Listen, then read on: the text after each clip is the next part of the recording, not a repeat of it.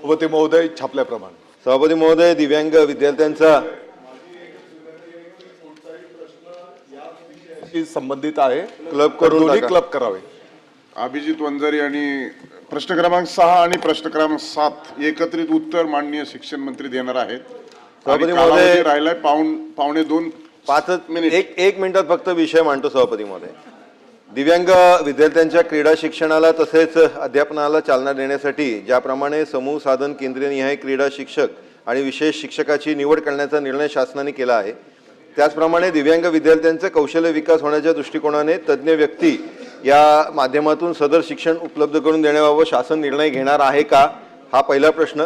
आणि त्याचबरोबर सभापती महोदय, दिव्यांग विद्यार्थ्यांसाठी स्वतंत्र विशेष शिक्षक नियुक्त केल्यास त्यांचे शैक्षणिक समावेश अधिक प्रभावीपणे होणार आहे. तर कोकणात दिव्यांग क्षेत्रामध्ये सभापती महोदय मोजक्या शाळेत या क्षेत्रामध्ये कार्यरत आहेत.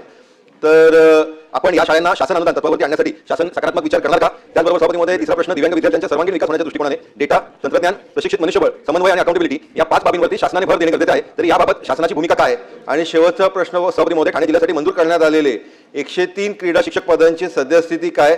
आजपर्यंत किती क्रीडा शिक्षकांची प्रत्यक्ष नियुक्ती करण्यात आली? मंत्री महोदय. सभापती महोदय, राष्ट्रीय शैक्षणिक धोरण 2020 नुसार औपचारिक शिक्षण विषयांच्या सोबतच कला, क्रीडा, व्यवसाय यामध्ये शिक्षण देणं त्या ठिकाणी अपेक्षित आहे. आणि म्हणून आत्ताच्या घडीला समूह साधन केंद्र आपल्या राज्यामध्ये 4860 आहेत. आणि प्रश्नोत्तराचा तास मंत्री महोदयांचं उत्तर होईपर्यंत वाढवण्यात येतो. आभारी आहे. अध्यक्ष महोदय, दिव्यांग विद्यार्थी अध्यापनाच्या साठी यापूर्वीच साधारणपणे 2984 विशेष शिक्षक त्या ठिकाणी माननीय सर्वोच्च न्यायालयाच्या निर्देशानुसार आदेशानुसार त्या ठिकाणी त्यांना संधी देण्यात आलेली आहे.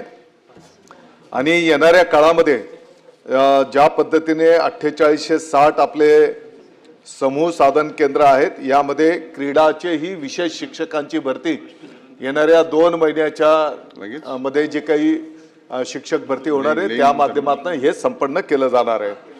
अध्यक्ष सभापती महोदय, यापूर्वी पण 250 विद्यार्थ्यांच्या पाठीमागे